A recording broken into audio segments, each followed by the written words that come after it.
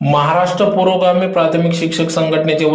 आम्हाला शिकवू द्या व अशैक्षणिक कामे बंद करा या प्रमुख मागणीसह इतर मागण्यांसाठी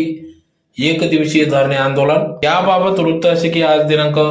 5 सप्टेंबर 2024 शिक्षक दिनी एक दिवसीय लाक्षणिक उपोषण महाराष्ट्र पुरोगामी प्राथमिक शिक्षक संघटनेचे जिल्हाध्यक्ष भूपेश वाघ यांच्या नेतृत्वात आज